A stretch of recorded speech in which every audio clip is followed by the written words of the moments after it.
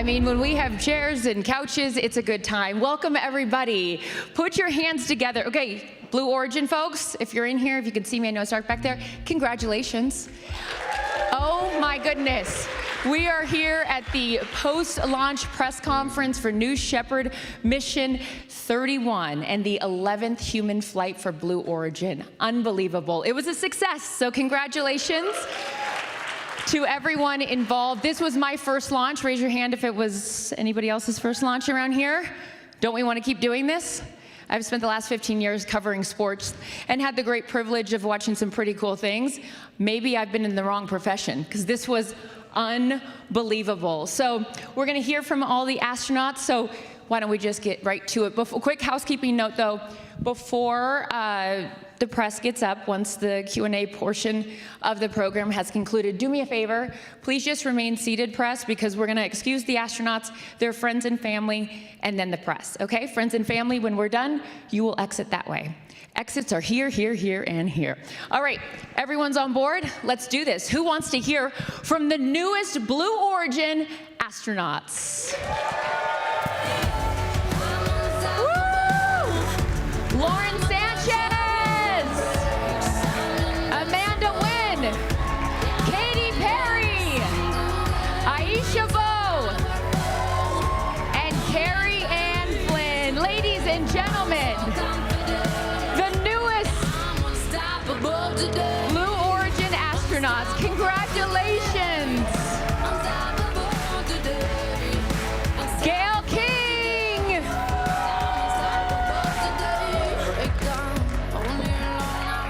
You guys can stay seated, we're just gonna keep clapping for you. I don't know if that would ever get old if I were you guys to hear that I am an astronaut, and an unbelievable thing you guys can now say that you are.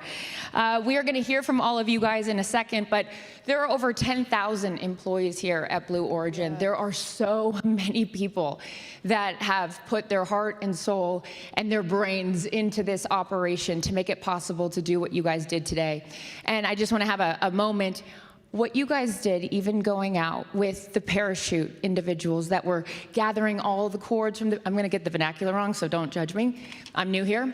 But you went out, I saw each one of you say thank you to them for even gathering the parachute. You paid attention to everyone that was involved in this process, and it was a really special moment to see that out there at the capsule. So one of the incredible individuals that has made this all possible is Audrey Powers. She's the Vice President of Mission and Flight Operations and also a fellow astronaut. So let's hear from Audrey now. Thank you. Please, please, please. Thank you. Thank you very much, Carissa. Hi, everyone. Welcome. Thank you so much for traveling from wherever you traveled from to join us today. Really, really appreciate you being here today. I represent a very talented group of people on the New Shepard program and also all across Team Blue, as we call ourselves. And I want you all to know how immensely proud we are to have flown this group to space today. We have quite an opportunity here on New Shepard to give people this experience and to change their lives. I want you to know first and foremost how very seriously we take that responsibility. This impressive group of people, I want to say from them, thank you so much for trusting us today to give this to you. We very much appreciate it. We're also very fortunate to have some other astronauts in the crowd today that joined us to watch this historic flight. So I'd like to ask all the astronauts present, can you please stand up just so we can see you? There are so many of you here. Thank you, thank you, thank you.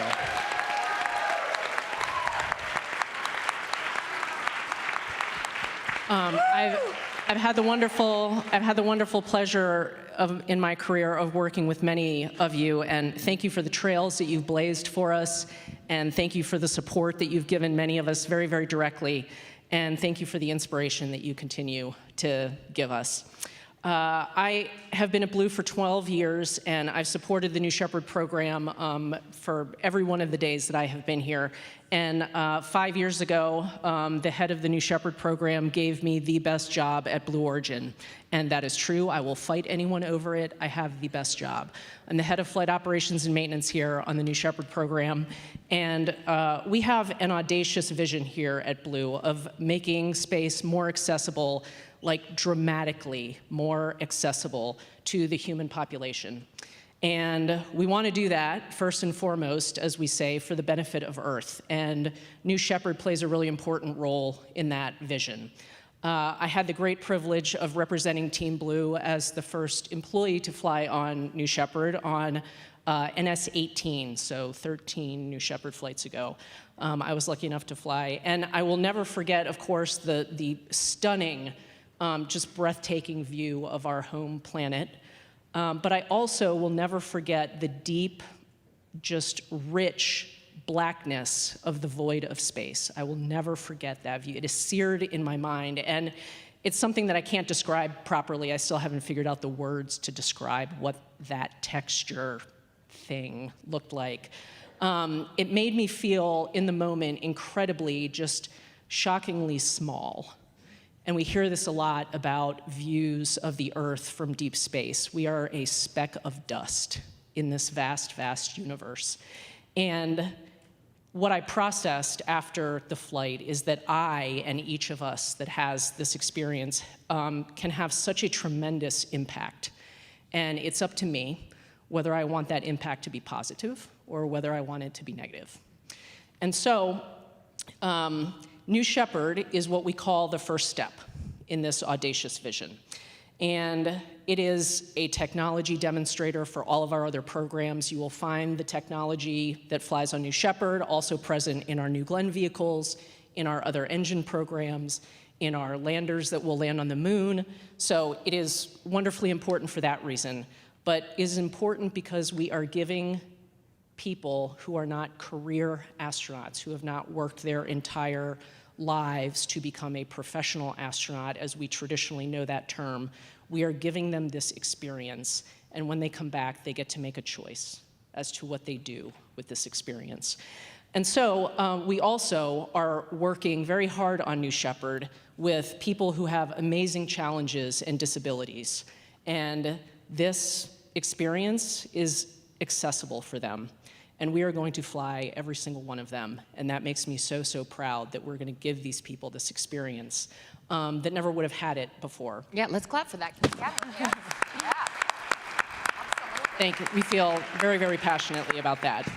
So we're going to fly all of them, I am convinced. But until we can fly all of them, I encourage these amazing women to never get tired of answering the question, so how was it? What was it like? How did it feel? You'll hear this thousands of times, right? From your best friends and your family members, but also from like random strangers on the street. They will come up to you and say, oh, I know you did that. What was it like? How did it feel? And what an amazing thing. We are so fortunate to be on the receiving end of that question, right? So on a very personal note, I'd encourage you to just embrace every opportunity to answer that question and give people that taste before they get it for themselves. On another very personal note, this flight matters a great deal to me. It matters to us women who have been in this spaceflight industry for decades and decades, just putting our heads down and humbly getting the work done. Even when we were the only female in the classroom, in the test lab, in the control center. It matters for youngsters who might now have a broader view of what it is to be an astronaut and what it is to experience spaceflight. And I am so very grateful that my career somehow landed me in the position to be involved in this flight. I am so fulfilled today. So on behalf of a deeply, deeply grateful Team Blue, congratulations to you all. Thanks. Thank you so much, Audrey. There's so many things that I just thought about as I heard you speaking, and I want to get into it with all of you guys.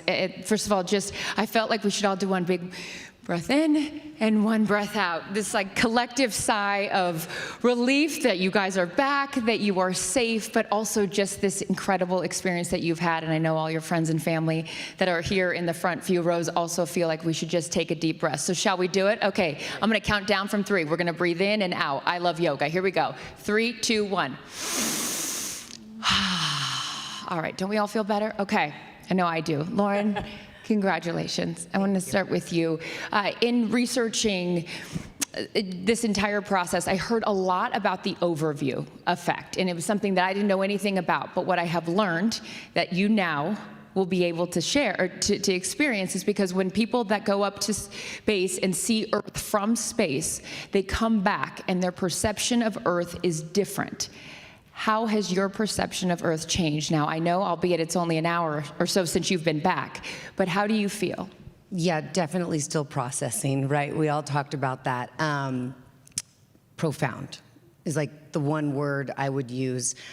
I was up there and you see Earth and then, you know, it's completely black, but what we got was the moon. We got to see the moon and it was in complete and utter darkness. And then you look back at Earth and it's like this beautiful jewel. It was quiet, it felt like it was breathing, it was so alive. And that's kind of what I felt, just this aliveness of Earth. But you look at it and you go, wait a second, we're all on this planet. All the people that we love, this is it. And that's, I was like, we have one planet. Because out there, it's dark. It is, you know, William Shatner even said this when he went to space, and now I understand what he was talking about. It's like death. And I don't know, it just made me want to, Oh, yeah. I just come back with an open heart, and it really opened me wide open, and hopefully I can bring that to other people and also just protect this planet we're on. Yeah. I mean, this is the only one we've got. So I'm completely and utterly humbled by this experience. Wow. Yeah. And beyond grateful. Absolutely. There are so many people on this planet that you love and care about. You have one in particular that you would like to highlight today. Who is that? Oh, I get to do that right now? Yeah. Oh, okay. There is one person who I was in community college. I'll say this really quick so everyone has a chance to talk up here. I don't want to take up a lot of time. And she saw a little girl in the back of the room who never felt like she belonged, and she pulled her up. And she got me tested for dyslexia, and my life kind of took off from there. And Lori, if you're here, I flew this feather to space for you. Lori, there you are. Yeah. Everybody, put your hands together for Lauren's teacher. I can give it to you later. I can give it to you later. But I just want you to know this teacher changed. Here, we can pass it back. She changed my life. And for all of you teachers out there, just know that you have such an impact on the kids in your classroom. And Lori, thank you so much for seeing the little girl in the back who didn't think she belonged. Oh, thank you, Lori. Thank you. Thank you, Lauren, for sharing that. I know that we all had the incredible privilege of seeing you guys go up, but we didn't get to see what was happening inside the capsule. So why don't we take a look at that video right now? We haven't seen it. We haven't seen it. I want to see it myself. 1, 2, 3, take us space! Woo! Behind you, look, right behind you. It's okay, you Flynn up there. Flynn, I got you. I got you, Flynn. Oh, the moon! You guys, I don't have to tell you. Look at the moon. Look. Okay. Look at the moon. Oh my gosh. Thank you so much. Whoa, whoa, whoa. That's amazing.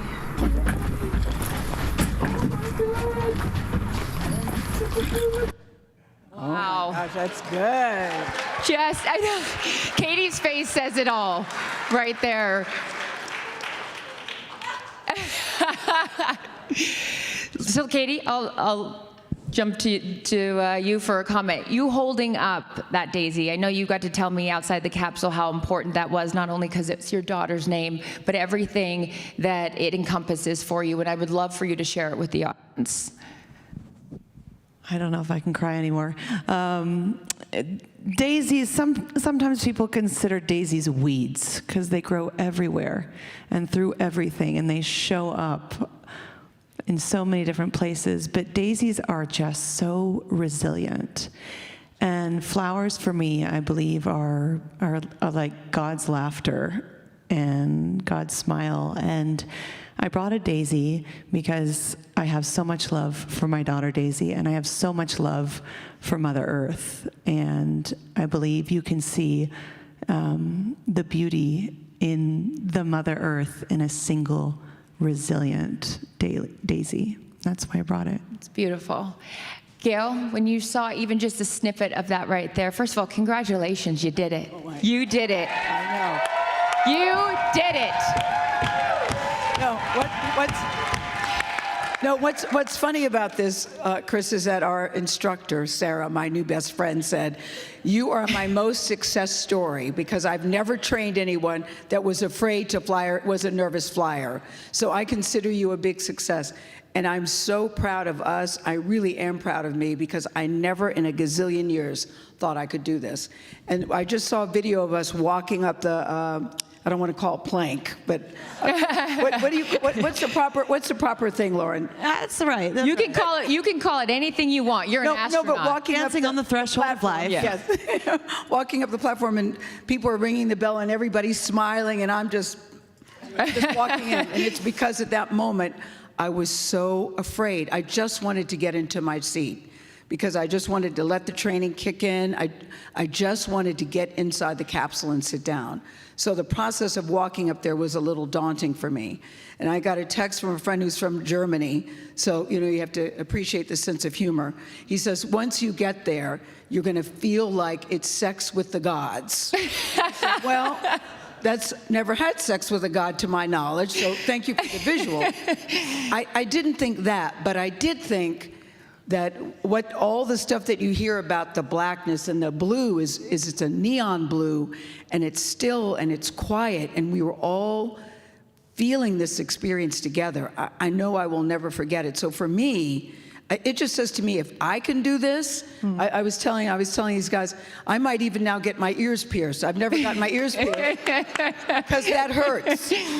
But I feel I walked out of there thinking, gosh, I can do anything. I can do anything. Aww. And when you get out and they say, welcome home, never felt and sounded so good. Oh, that is so amazing. And you just summarized so many different things because so many people are afraid of a lot of things. Yes. But your fear was a big fear. A big fear. And so for you to conquer that and do it with such humility and such vulnerability too, instead of trying to act tough, instead of trying act brave, just be who you are. And Lauren, you always talk about this. Who you are is enough. If you are there, then you belong. And guess what, Gayle? You belong in the astronaut club. Oh, thanks. I still struggle with that word. Because I know Mae Jemison is here. Sion is here. No, I know. But I know. I honestly can't feel astronaut title yet. I'm very glad to be part of the club. But I look at these women and I go, wow, wow, wow. But I'm so happy to be a member in any kind of way. Absolutely. Kerianne, when you watched that video, what did you think watching it back? And then have, again, just a short amount of time to process everything that's happened to you, but how are you feeling right now? I'm feeling a lot more calm since the first time you and I spoke. I felt a sense of peace up there. I think I blacked out during most of it, except for when I was looking out the window, which is really what I wanted to get out of it. And as everyone has described, the vast darkness of space, it's a color you cannot describe. It was very important for me to see the moon and look down on the earth and know that the people that I love the most were down there. It was a pretty transcendental moment for me. But I think, one of the biggest things actually as a filmmaker is I almost felt as if I was watching a really intimate film.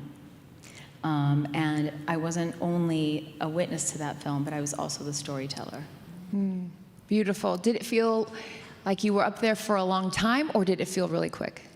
One of the things during training that I said that really surprised me was it felt like our quote zero G time was really long, and I knew I was going to have a lot of time to look out the window and go upside down, and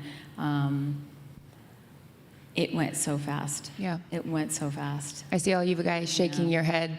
I could have taken 2 more minutes. Oh, now the one that didn't want to go up now wants to stay up longer. I could have taken My gal. 2 more minutes. 2 more minutes. would have We'll been take that back to the blue team. She would like to increase this experience Yes, by 2 Dave, minutes. I would have liked 2 more minutes. Amanda, I know this is a lifelong dream of yours, and now it is a dream fulfilled. Now that you can say that you've had this experience, and to Audrey's point earlier, you will be asked about it over and over again. When I ask you, how was it? What is your response? What a beautiful world we have. And when I looked over it, all I could think, yes, the science was done, and that actually is a dream in itself. You know, I think one of the happiest moments, this is gonna make me sound like a nerd, and I am, so I own that, was when I found out that we could operate the science inside the capsule. What do you instead mean of having, by that? Because I'm not. Originally, my experiments were gonna be passive payloads, which I'm also very excited see the data from that, but to be able to do that and operate it while we had our moment in microgravity was such a phenomenal dream for me. Mm-hmm. And the person who had to sacrifice that in order to find justice was able to do that. So that in itself was a dream come true.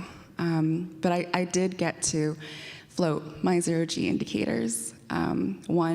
I showed both of you. Yeah, but I had the great luxury, but I know that the audience doesn't know what you had. I would love if you shared it with them. Yeah, after I left the hospital after my rape kit, I wrote down a promise to myself, never, never, never give up. I taped it to my laptop and looked at it every day as I fought for my rights. And that was my zero-G indicator, looking at it over Earth. And for me in that moment, I just want every survivor and every person who's ever had a dream deferred to know that your dreams are valid, that even if your life has thrown you a lot of challenges, you will make it through. And even if your dreams are as wild as going to space, they matter, and you can get there too. If I got there, you can get there too. Beautiful. Aisha, I know representation. Yes, please clap to that. Representation is so important. Congratulations. The first Bohemian woman in space, ladies and gentlemen. And we saw on that short video, which I also would like to be 2 minutes longer because I want to see everything that was going on up there. You had your flag. Explain and expand upon the importance of representation for you up there. In 1961, when Alan Shepard was launched, we know where he left from. But do you know where he landed? He landed in Grand Bahama. And today, I had an opportunity to be on a flight that mimicked that trajectory and allowed me to carry the legacy of my grandfather, who came from Exuma, Bahama, which was my call sign on this trip. And I carried the flag of the Bahamas as a powerful reminder of the past, the present, and the future of space. And your grandfather was here today. Yes, he is. He's Yes. right there. Where is he? Where is he? There he is. There he is. 92 years young. Thank you for being here. You must be so proud. All right, I would love to open it up now to the press for some questions, and I know that appropriately enough, the first question comes from CBS Outlet. Hey everyone, I'm Mark Strassman with CBS News. Congratulations to all of you. Welcome home. Gayle, I want to direct this question to you, but anybody else can answer it. So after all the anxiety and preparation and prayer and meditation and training, what about this flight surprised you, and would you do it again? What surprised me? I got a little lightheaded, Mark, when I was coming back. That I thought, am I going to pass out from the zero Gs? I actually thought about that. Then I thought, I can't, and I didn't. So that surprised me. But the thing is, I can't stress enough how well prepared we were. The training, we did it over and over and over again. We prepared for if there's a fire, if everything doesn't go according to plan. We all, and which, by the way, you guys should know, Blue Origin has backup after backup after backup after backup. So I was very grateful for that. But we were so well trained and so well prepared. I wasn't really surprised by anything. We were all expecting the noises that we heard. We were all expecting a little bit of a vibration when the parachutes deployed and they yanked you back up and brought you back down. So we were very, very, very well prepared. So that wasn't what got to me. What got to me was how calm I felt, because I really was, I can't stress enough, guys, how terrified I was. But I can't, it was so calming to me, and it was so peaceful. And you know, the guy that drove me this morning, his name is Tony. I fell in love with Tony. He's from Montana. He's 32 years old. And he said, it's so great that you get to do this. I said, really? You think it's great? He goes, no, it's great. I would do it, and if I could trade places with you right now, I would trade places with you right now. And I said, but what about the danger? Do you think about the danger? He said, the biscuit is worth the risk it. The biscuit is worth the risk it. And I went, well, okay, that's one way to look at it. I said, let me write that down, Tony, the biscuit is worth the risk it. And then he said, but you don't understand. He's done 4 missions. This was his 4th. He said, we've never had a mission like this. The energy is different. Everybody is so happy for you guys. And I said, why do you think that is? He said, because it's very empowering. He's 32. And I said, do you have a daughter? Is that why? He goes, nope, I don't have any children. I'm living the bachelor life and enjoying it. But he said, it feels so empowering, and it has a specific reason that I find myself empowered by what you all are doing. Says this 32-year-old young white guy to me. Yeah. And I was so blown away by that, his sincerity of that, and what this meant to him. So I think, Mark, I'm taken aback by the number of people that have been encouraged and inspired by what we're doing. You know, I've heard people say, oh, okay, you guys are going up on an 11-minute ride, which, by the way, I resent the word ride. There was nothing about a ride. This is a frickin' flight. This is a frickin' journey. That was not a ride. It was not a joy ride. Yes, please applaud for that. And so I'm blown away by the people that are really, we've had some cranky Yankees and haters. I've heard you. I'm not going to let you steal our joy. But most people are really excited and cheering us on and realize what this mission means to young women, young girls, and boys too. A historic moment. Yes. Historic moment. The first ever, very rarely in your life do you get to be a part of something for the first time. The first ever all-female crew. And I know you guys are so appreciative of all the incredible women who have come before you, but the first ever all-female crew is worth accentuating over and over again. So congratulations to you guys on that. As we look out here into the audience for another question. Okay, yes. Hi everyone, Emma Hinchliff with Fortune. Kerianne, I'm curious if film and television of space has lived up to what you saw, and if you have any ideas for a movie. Oh, that's a good one. Thank you. Thanks for that question. This all came about kind of quickly for me, the way that the mission unfolded, the training leading up to it. And so I didn't really have a lot of energy to think about how I would put a film together for this, nor prepare for it. I really wanted to be in the moment. I wanted to live this with my crew. But I do believe women are underrepresented in many industries. Equity in male-dominant industries is not getting any better any sooner.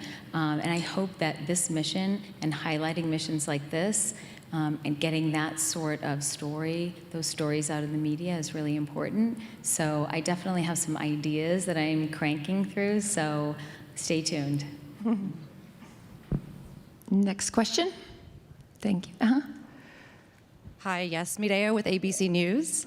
Hi, Gayle, by the way. Mireya. And thank Mireya you. used to be at CBS, and then she went over to the other side. But I'm still nuts about it. But I still Good to love you. see you. And Really thank you all for doing this. It's been a joy to watch all of you on all different levels.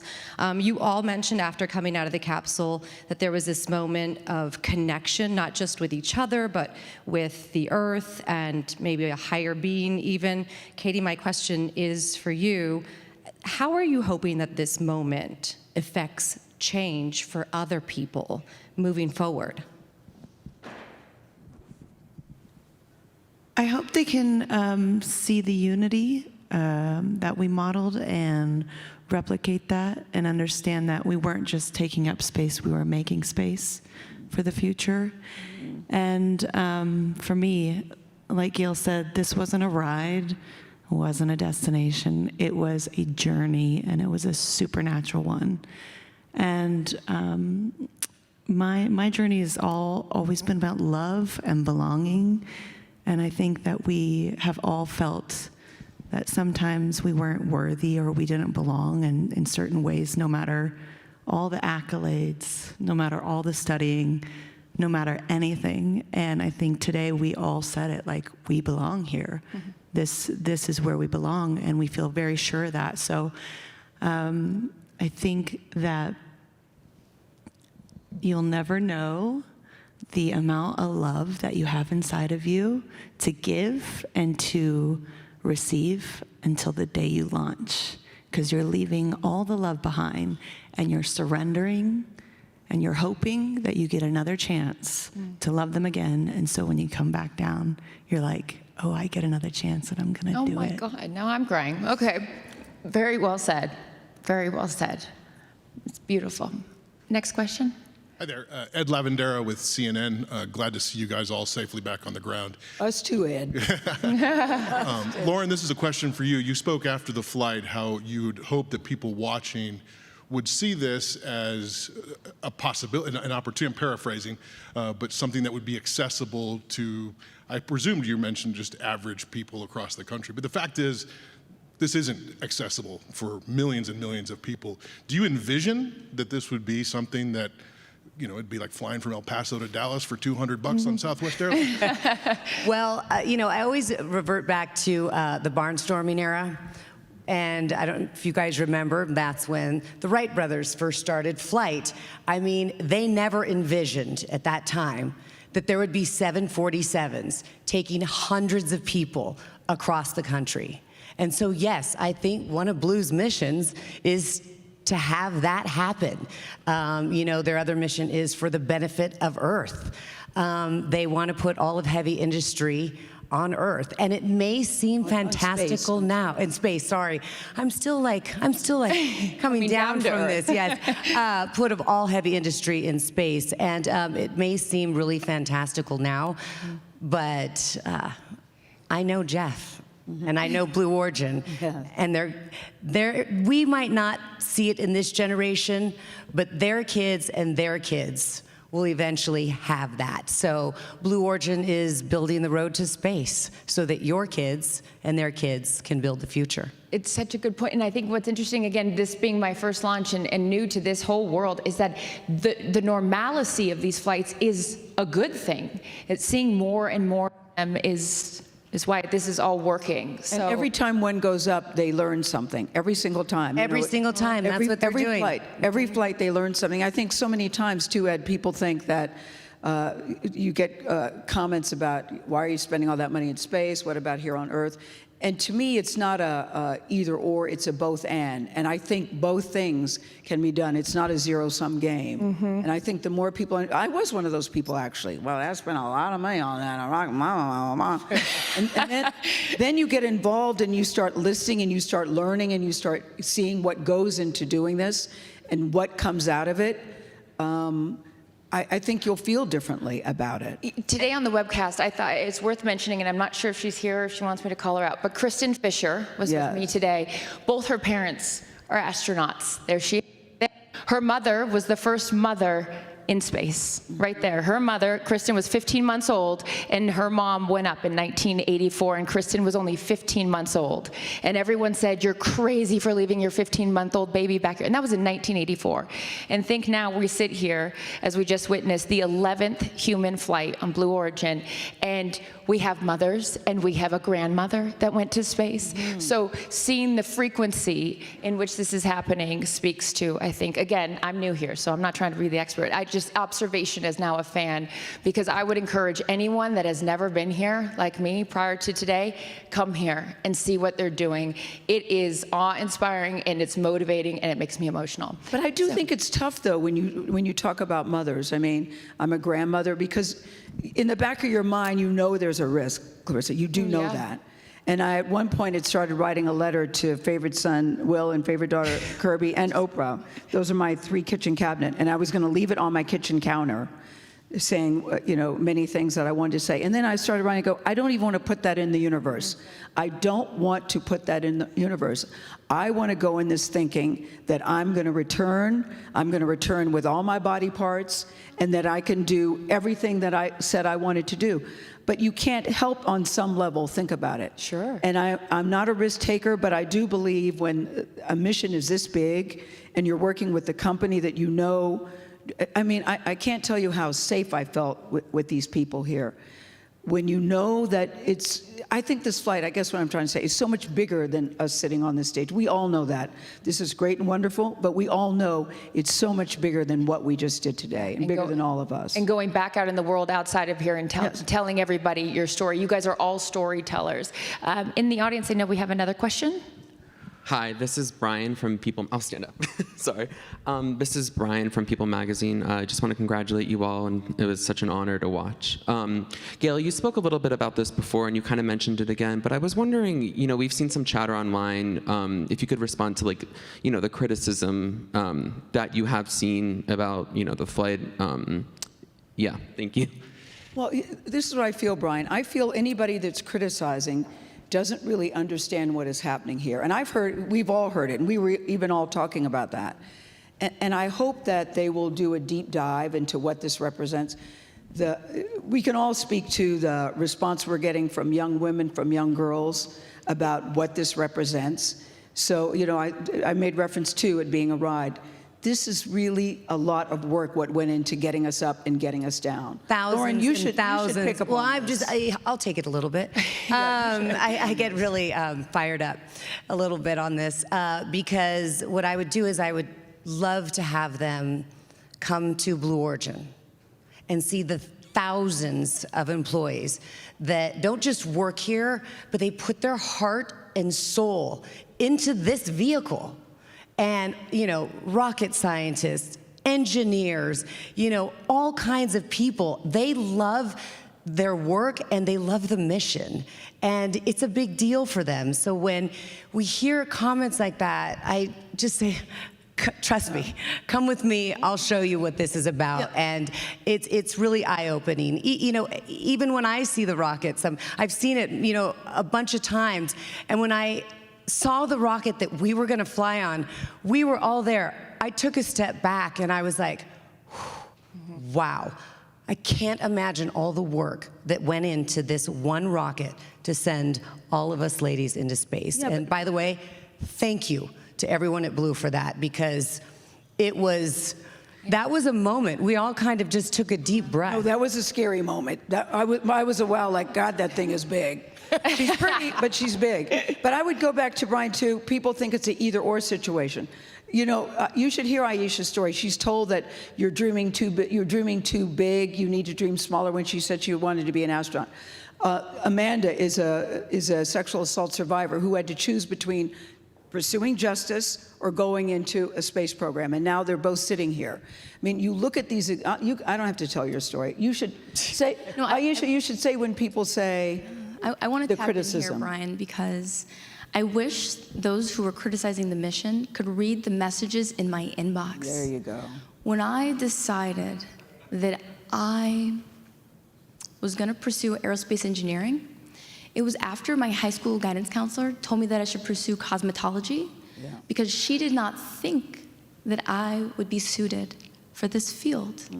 I went from pre-algebra in community college to 2 degrees in aerospace engineering to working for NASA to being able to sit on the stage and say it is bigger than the criticism. She's a rocket scientist, just saying. I am seeing boys and girls around the world say, I am inspired, and I see myself in this crew. We all are no stranger to watching Star Trek, and what did they have? They had artists, they had musicians, they had journalists. They had all people on the crew because we need all of us. And when I look at this stage, and I'm sitting with these incredible women, we advance science today. More people are going to be able to do meaningful research with Blue Origin because we collected data. And it wasn't just plant biology. We studied human physiology. We contributed to the knowledge base of what people know about women. We flight qualified hardware so that more people could use our hardware to fly. It is bigger than the criticism. We are inspiring the world right now. Any other questions, Brian? Poor Brian was like, yeah, it's actually the person next to me's question. I just asked it, so. Brian, I'm a People magazine subscriber. We hear your question. We hear your question. I also want to point out that we had a female crew member 7 who did Sarah. Yes. Where is Sarah? You had 2 crew member 7s, yeah. Exhaustedly and wonderfully and Patiently. Very patient. Trained us and prepared us for every possible situation. We also had a lead capsule communications person. She was amazing as well, and so I think Jeff is also, working toward equity in the workplace, and that is also a good message here too. Next question. Hi, all. My name is Samuel Maud from Elle. It's good to see you all again, and thank you so much for doing that beautiful cover for us. We're really so happy with how it turned out. My question is for Katy, and you mentioned that you sang What a Wonderful World up in the capsule, and I wanted to hear from you if you knew you were going to sing that song before and why you picked that song. Well, I don't know if any other pop stars have been to space, but I thought I wasn't sure if I was going to sing or if I wasn't, because I just wanted to honor my fellow astronauts and just, hold the space in space. But I did come around to just singing a little bit of What a Wonderful World. And I didn't pick one of my songs because, again, it's not about me. It's about the collective, and it's about the view that we get to see, that we're humbled by, and how wonderful our world is. And so I just thought that was very apropos. And I was singing that song years ago and had no idea I'd take a little snip of it. What did you all start thinking when she started singing that? Were you just like, oh my gosh? It was great, Carissa, because we'd been asking during every rehearsal, Sam, this is why this is such a good question. During every rehearsal, we said, Katy, you got to sing something. You have to. We were begging her. Firework or roar to the moon and the stars? You got to sing something. She goes, actually, I don't. She did tell us that. We were like, what? She said, actually, I don't.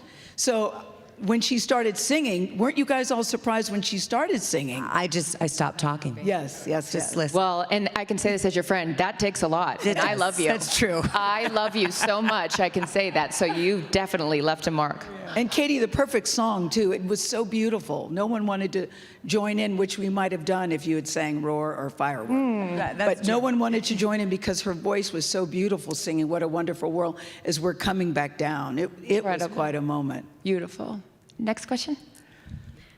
Hi, Eva Monterrey with NBC Telemundo. Congratulations, everyone.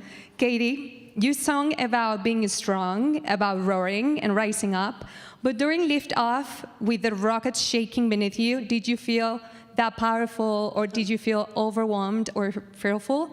And if you would like your daughter to go to space? Oh, that's a good one.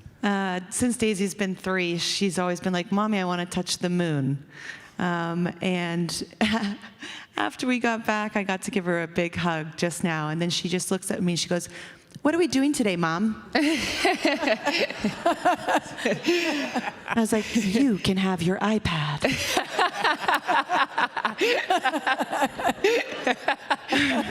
We. That's so funny. we were feeling all the things, and it surprised us. But I think one of our words was surrender. You know, like as a mother, and as the opportunity to be a mother, I think the only other time I felt this feeling at dancing at the threshold of life and the unknown is when I'm about to become a mother, and it is like, just take over, take the wheel. Yeah. I just got to let go and just know that you have the best in mind for me. And so, yeah, 10 out of 10 review. Daisy, go to space. Next question. That's it? Okay. All right, you guys. Can we give it up one more time for the newest astronauts here at Blue Origin, a historic mission? I have to say, what an honor it has been to be in your guys' presence the last few days. Congratulations on achieving your dreams, on even living out dreams you didn't even know that you had, and now going back out into the world to tell your stories. So congratulations, you guys. Thank you, Carissa. Thank you. We're going to let the newest astronauts exit to the left here, or our stage left. I'm going to ask again that the press just stay seated for a minute, and friends and family can make their way out that door right there. Thank you guys so much. Enjoy the rest of your day.